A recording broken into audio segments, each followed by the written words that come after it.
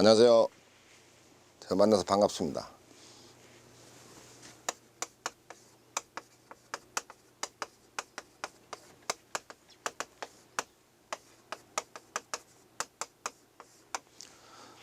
저 위험물 기능사를 강의할 이덕수입니다. 우선 먼저 본인의 소개를 간단히 드릴게요.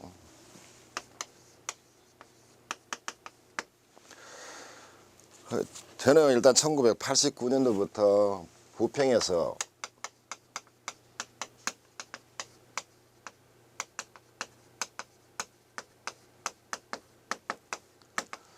일단 위험물 기능사를 시작해서 현재까지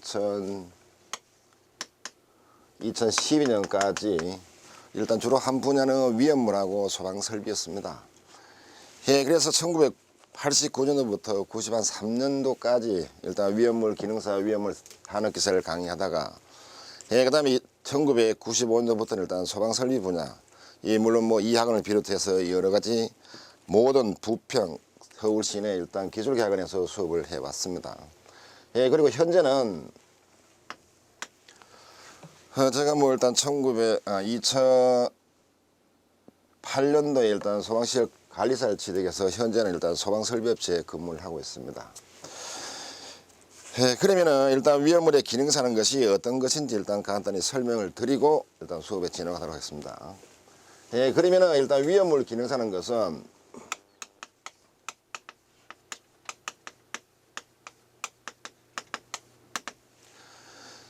우리나라 1970년도 후반에서 일단 국가기술 자격증이라는 것이 일단 생겨서 1990, 정확한 날짜는 모르겠습니다만 한 1990년도에서는 위험물 관리기능사였습니다. 관리기능사 할 때 제가 맨 처음에 1989년도 위험물 강의를 할 때는 그때는 위험물 기능사가 일반화학과 물리가 들어가 있었고, 물론 그 나머지 여기에 나왔는 내용은 똑같습니다만은 일반화학과 물리가 들어가 있었어요.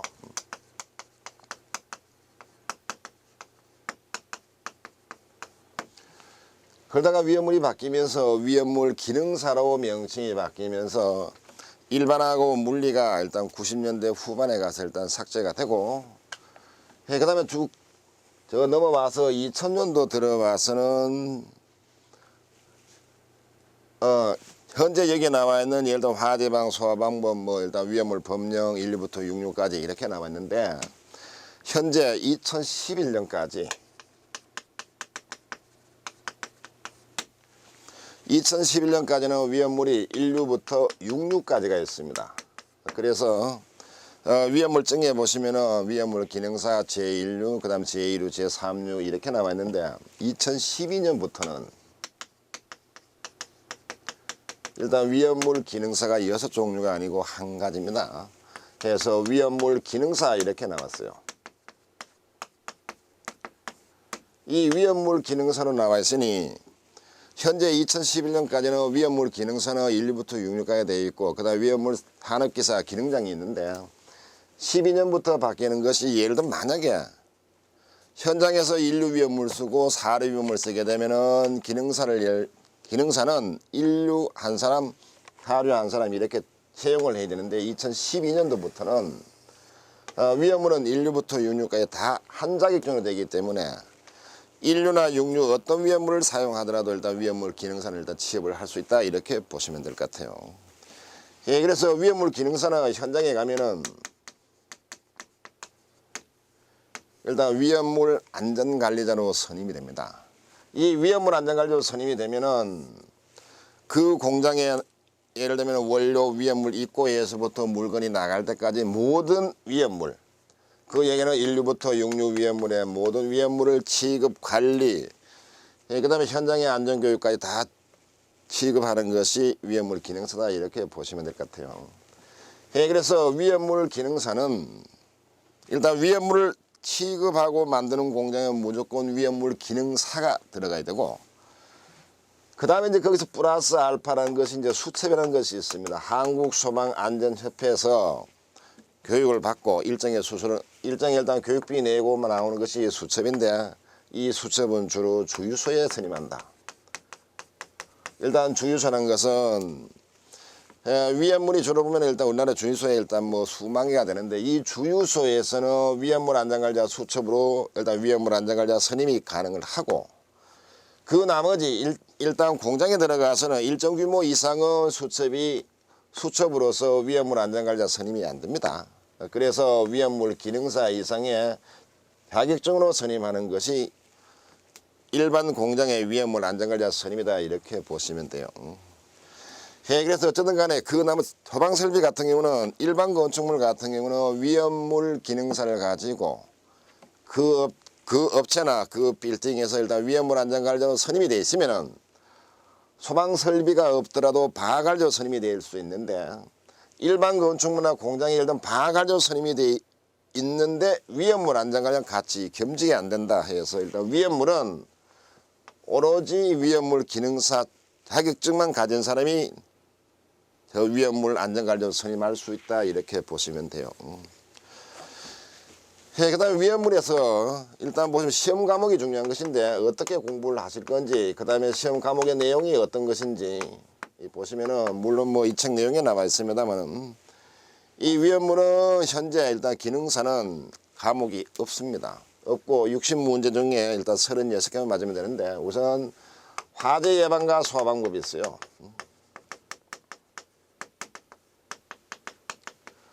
화재 예방과 소방법인데 이 분야도 시험 문제 꽤 많이 나온다. 그 얘기는 만약에 예를 들면 왜 불이 일어났는지 물론 미연에 방지하는 것이 가장 중요하겠지만은 그 다음에 불이 났을 때 어떤 소방으로 화재를 진압할 것인지 예를 들면 화학공장이나 주유소 공장에 불이 났는데 물을 방수해서 화재를 진압하려고 하면 큰 오산이다. 안 된다. 왜 안 되느냐 하는 내용이 결국은 여기 앞에 내용에 다 나와 있습니다. 그 다음에 여기 나와 있는 것이 물론 여기 등등에 나와 있는 이런 것을 가지고 소방시설이 있습니다.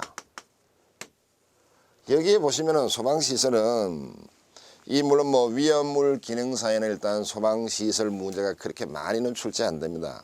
일단 많이 출제되면 한두 문제인데 일반 건축물에는 소방시설이 꽤 많죠. 예를 들면 뭐 옥내, 옥외, 스프링클러, 물부모, 포말, CO2, 할로겐 분말, 청정, 그 다음 뭐 피난설비, 경보설비 이런 등등이 많은데 위험물 분야에 이제까지 기능사나 산업기사 출제 문제를 보면은 많이 나와야 한두 문제 정도밖에 나오지 않는다. 그러나 이 소방시설의 설치기준이나 소방시설의 현황은 같은데 설치기준은 일반 건축물하고 위험물하고 조금 틀린다 이렇게 보시면 돼요. 그 다음에 나와 있는 것이 이제 위험물의 종류가 나옵니다. 위험물의 종류. 이 위험물의 종류는 현행 법령상에서 1류부터 6류까지 위험물이 들어가 있습니다. 그래서 이 위험물의 1류부터 6류까지가 이제 가장 많이 사용하는 것이 일단 사료입니다. 사료. 쉽게 보면 뭐 주유소나 화학공장에 사용하는 것이 전부 다 일단 사료 위험물이다. 그 다음에 일부 많은 것이 6류입니다. 그 나머지는 현장에 가면은 1류나 2류, 3류, 5류 위험물은 거의 없습니다. 그러나 물론 일부 쓰고는 있습니다만 이 각각의 1류부터 6류까지 위험물에 대해서 우선 가장 중요한 게 성질이죠. 그 다음에 예를 들면 저장 및 취급 시 주의사항, 그 다음에 불이 났을 때 어떻게 소화하는 건지 그 예를 들면 만약에 위험물이 앞에 설명드렸지 주유소에 기름이 있는 공장에 불이 났을 때 물로 해서 주유소하면 안 된다 했는가 마찬가지로 가장 쉽게 보면은 카바이트 해서 삼류 위험물의 카바이트는 주유 소화가 안 된다. 왜 안 되느냐 하는 이유 이런 등등에 나와 있는 것이 일단 위험물의 종류다 이렇게 보시면 돼요. 그래서 이것은 1류부터 6류까지 있다.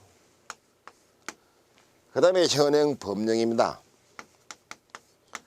자, 현행 법령은 위험물 안전관리 법령입니다. 일단 위험물 안전관리법, 그 다음 위험물 안전관리법 시행령 시행규칙이에요.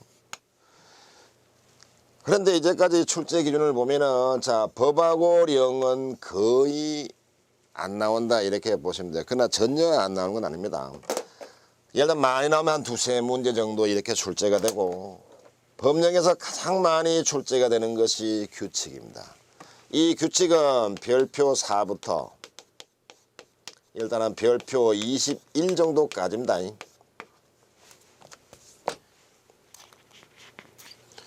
이 20일까지는 예를 들면 별표 4 같으면 제조소의 위치구조 설비기준, 그 다음 별표 5는 옥내 저장소, 별표 6은 옥외 탱크 저장소 위치구조 설비기준, 이런 등등이 뭐냐면은 예를 들면은 만약에 제조소는 일단 위험물을 만드는 공장을 얘기하는 겁니다.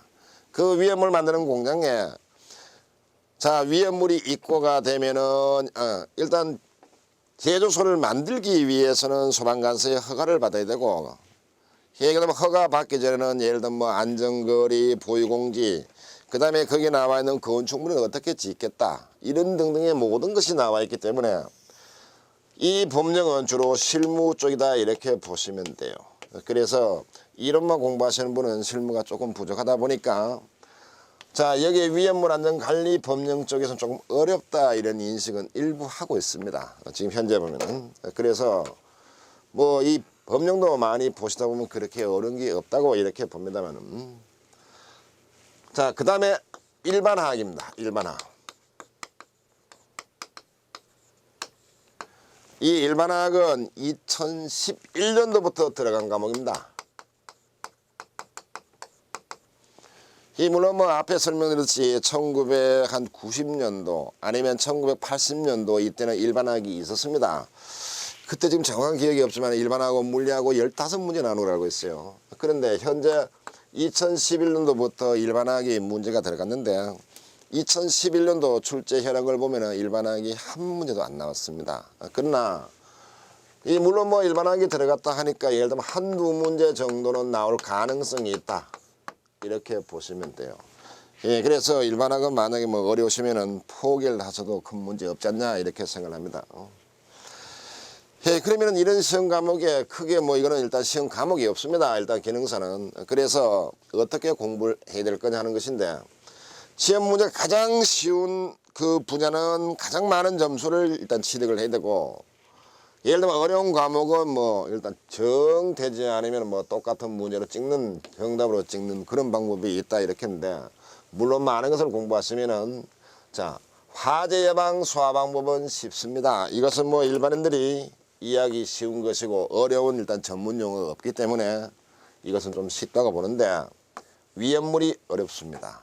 이 위험물은 1부터 66까지인데 물론 뭐 고등학교나 저 대학교 다닐 때 화학이 싫은 분은 좀 어렵습니다. 그러나 단 화학이나 화학과 출신은 참 쉬운 과목이 일단 위험물의 종류입니다. 1부터 6까지.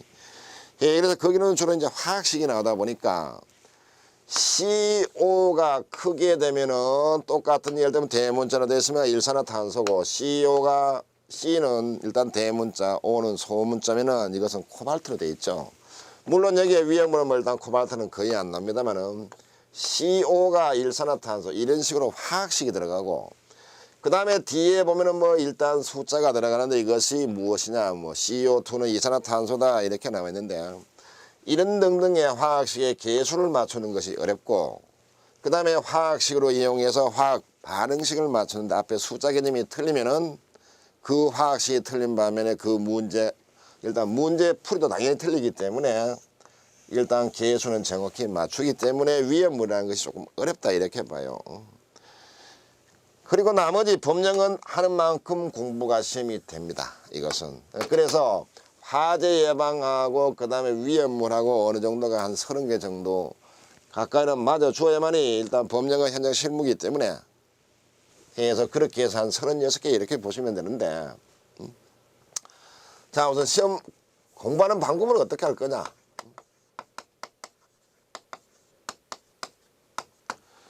물론 뭐 여러분들도 전부 다 알고 계시겠지만 저는 이제 강의를 일단 위험물 기능사, 산업기사, 그 다음에 일단 소방설비 분야를 오래 하다 보니까 일단 기사나 산업기사는 과락이 있습니다.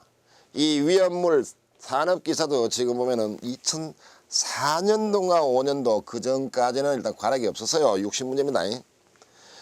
그런데 2004년이나 5년부터 일단 시험 과목이 1과목, 2과목, 3과목으로 분류가 되었어요. 그 전에 일단 예를 들면 시험 과목에 분류가 없을 때는 60문항이 나옵니다. 물론 기능사와 마찬가지로.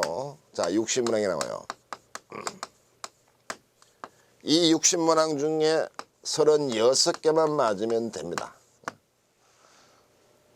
그러니까 저는 항상 얘기를 합니다만 가장 많은 거, 예를 들면 만약에 1차 기능사에서 만약에 100점을 맞았을 때 2차 실기가 면제가 된다면 100점을 맞으라고 강요를 합니다만은 많이 맞을 필요 없어요. 가장 훌륭하고 유능한 사람이 36개다 저는 이렇게 보는데 만약에 36개면 불안하기 때문에 최소한도 37개나 38개 정도만 맞으면은 가장 현명한 방법이다 이렇게 봅니다. 그러나 이 60문항 중에서 예를 들면 현재 10년간 물론 뭐 10년간이나 뭐 앞에 5년간을 갖다 일단 분석을 해봐도 자 가나다라에서 일단 문제는 사지선다형입니다. 사지선다형이다 보니까 결국은 자 25% 이것도 25% 이놈도 25% 각각의 25%에서 100 일단 100%이 문제가 60문항이죠. 그러면 여기에 예를 들면 25%라는 것은 얼마입니까? 15문제죠 이놈이.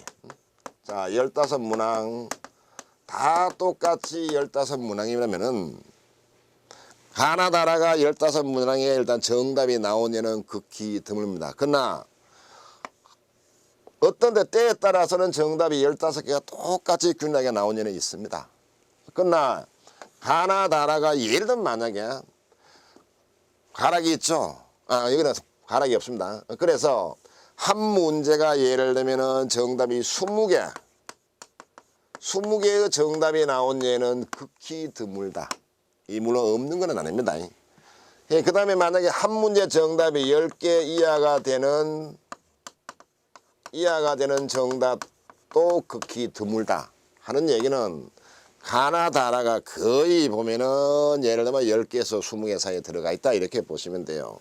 그래서 일단 여러분들이 공부를 하시다가 30개만 맞으면은 정확히 내가 30개만 맞게 되면은 그 나머지 모르는 30개는 쉬운 방법으로 다 그 안에 있는 30개 안에 모르는 것 나머지 이외의 것 예를 들면 그 중에서 가나가 만약에 많이 정답의 분포 내가 정확히 아는 것이 가나다 이렇게 분포가 돼서 나머지 2개 중에 하나 다라 중에 미련 없이 아무거나 하나 찍어서 그냥 다 그대로 똑같은 답을 찍으면은 충분히 일단 36개는 나옵니다.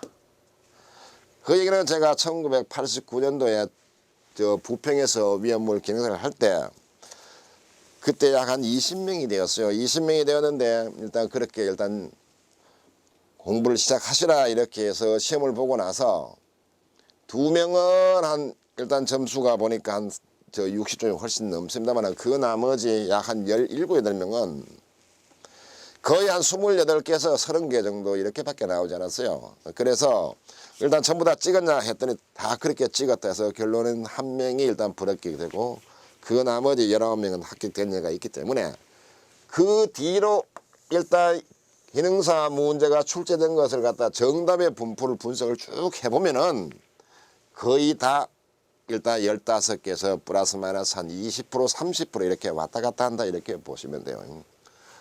이렇게 해서 결론은 일단 열심히 공부하셔가지고 잘 찍으면 된다 하는 것이 일단 위험물 기능사 아니냐 이렇게 봅니다. 그럼 물론 잘 찍기 위해서는 일단 1차에 공부를 열심히 하셔야 되겠죠. 이 물론 뭐 과목은 없습니다만은 여기에 나와 있는 내용을 갖다가 열심히 하시면은 물론 잘 찍게 되고 그 다음에 시험 문제 시험지를 받으면은 물론 뭐 정답이 거의 보이지 않느냐 이렇게 생각을 하고 있어요.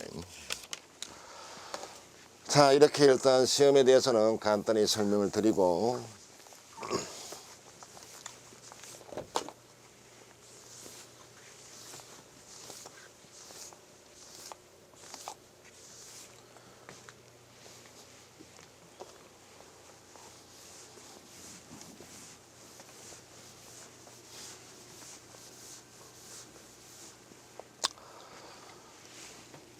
자, 그 다음에 제1장부터 앞에 책 내용에 나와 있는 제1편 화재 예방 및 소화 방법.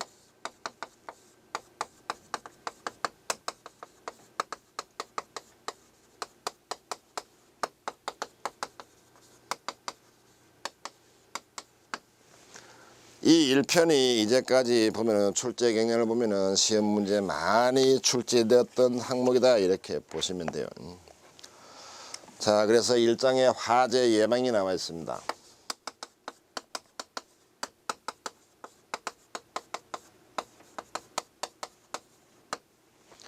물론 거기에 맨 앞에 나와 있는 것이 이제 화재의 정의가 나와 있는데, 화재 뭐 이제까지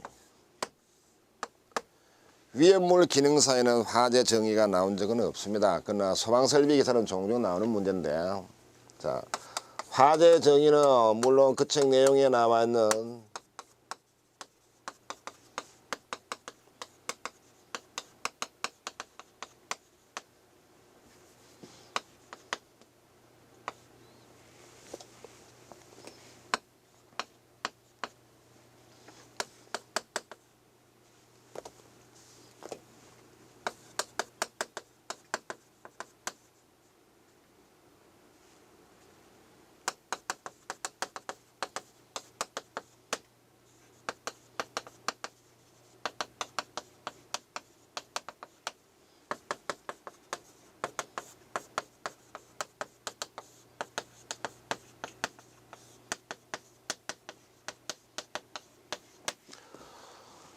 자, 여기 내용이 나오는 거 잠깐 보시면은 화재, 사람의 의도에 반하거나 하는 얘기는 실수나 고의입니다. 실수나 고의. 실수나 과실. 예를 들면 현장에 위험물 취급하다가 부주의에 의해서 하는 것이 일단 사람의 의도에 반하거나, 고의로 하는 것은 방화입니다. 방화. 예를 들면 뭐 세상 살기 힘들어서 일단 불을 지르겠다 하는 것이 고의고, 이런 등등에 의해서 발생하는 연소 현상이 나와 있습니다. 연소 현상은 물론 뭐 뒤쪽에 나옵니다만은, 가연물이 산소와 반응해서 열과 빛을 동반하는 급격한 산화 현상입니다. 해서 연소라는 것은 일단 급격한 산화 현상이다 이렇게 보시면 돼요.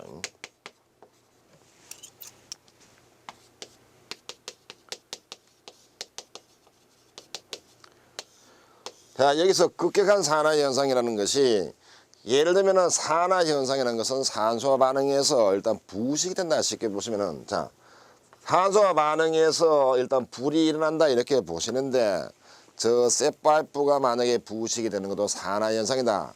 그런데 그 예를 들면 쇠붙이는 급격한 산화 현상이 아니고 서서히 산화 현상이기 때문에 화재로 보지 않고 부식으로 보죠. 예, 그래서 이런 실수나 일단 방화에 의해서 발생하는 연소 현상으로서 소방시설을 사용을 해야 됩니다. 물론 뭐 일단 소방시설은 크게 보면은, 자, 소화설비가 있고, 물론 뭐 화재를 진압하기 위해서는 소화설비가 거의 주종입니다. 그 다음에 경보설비는 일단 불이 났다는 걸 알려주는 것이고, 그 다음에 소화용수 설비는 화재를 진압하기 위해서 사용되는 물을 얘기하는 것이고, 그 다음에 피난설비는 화재 시에 대피하기 위한 기계기구 설비를 얘기하는 것이고, 그 다음 소화활동설비, 이것이 일단 피난설비다 이렇게 되어 있는데, 실제 현장에서 사용하는 것은 주로 보면은 일단 불이 나면은 경보설비가 작동이 되고, 그 다음에 일부 인명은 대피하고 일부는 화재 진압을 하고, 그 다음에 만약에 화재 진압을 다 하지 못했을 때는 소방서에 119 신고 들어가면 소방서에 와서 저 소화활동설비로 화재 진압을 하는 것인데, 이런 소방시설을 사용해서, 자, 이런 등등 일단 소방시설을 사용하는 것이 이제 화재다 이렇게 봅니다. 예, 그래서 화재라는 것은 여기서 세 가지 조건이 일단 충족이 되었을 때 화재가 일어났다 이렇게 보시는데, 물론 여기에 보시면은 예를 들면 사람이라는 것이 인적으로 인한, 사람으로 인하든지 아니면 일단 자연재해 이런 등등에 의해서 신체나 물적에 피해를 주는 것이 화재다 이렇게 봅니다. 물론 뭐 이 책 내용에 보시면 1번의 화재 정의에서 2번에 사람의 의도에 반하거나 출하 또는 방화에서 불이 발생하고 확대하는 현상, 그 다음 3번에 보시면은 일단 불을 사용하는 뭐 사람의 부주의 이런 등등이 화재다 이렇게 보시면 돼요. 자, 그 다음에 2번에 화재 발생 현황에 대해서, 이것은 뭐 그때마다 조금씩 틀립니다. 일단 옛날에는 가장 한참 한 10년 20년 전에는 가장 많은 것이 물론 현재나 옛날이나 전기 화재가 맞습니다만은 옛날에는 유류 화재였습니다. 그런데 지금 현재는 전기가 가장 많고 담배 방아 불티 불장난 유류 순서로 이렇게 나와 있어요. 그래서